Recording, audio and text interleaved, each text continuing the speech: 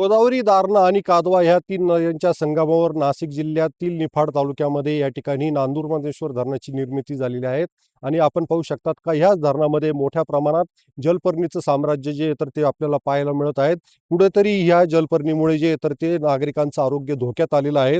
आपण पाहू शकतात का या ठिकाणी जर बघितलं तर आपल्याला या जलपर्णीने जे तर संपूर्ण धरण परिसर जो आहे तर तो या ठिकाणी व्यापलेला दिसत आहे. आणि याच्यामुळे कुठेतरी या धरणावर असलेली ज्या काही पाणी योजना आहे, तर त्या पाणी योजनेचे जे काही लाभार्थी गाव आहेत, तर त्या लाभार्थी गावातील नागरिकांचं आरोग्य धोक्यात आलेलं आहे. त्याचबरोबर इथं जर बघितलं तर हा आपल्याला या ठिकाणी वक्राकार गेट पाहायला मिळत आहेत आणि मान्सून आता जरी लेट झालेला असेल मात्र पावसाळा सुरू झालेला आहे.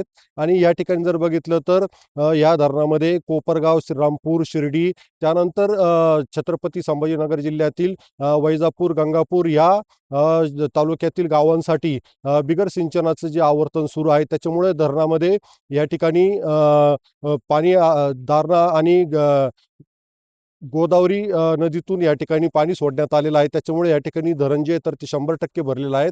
आणि ज्यावेळेस जर पाऊस मोठ्या प्रमाणात जर झाला तर ह्या धरणामधून थेट जायकवाडीच्या दिशेने गोदावरी नदी पात्रामध्ये पाण्याचा विसर्ग सुरू केला जातो. आणि कुठेतरी ही जलपर्णी जी तर ती वक्राकार गेटमध्ये जर अडकली तर याचा फटका जो आहे तर तो निफाड तालुक्यातील चांदोरी असेल, सायखेडा असेल, करंजगाव असेल, शिंगवे असेल ह्या गावांना जे आहे तर ते या ठिकाणी पाण्याचा फुगवटा झाल्यामुळे बसू शकतो. त्याच्यामुळे ही जलपर्णी जी आहे, तर ही तातडीने काढावी अशी मागणी आता जोर धरू लागलेली आहेत. Umesh Parikh, T V 9 Marathi, Nandur Madhmeshwar, Nashik.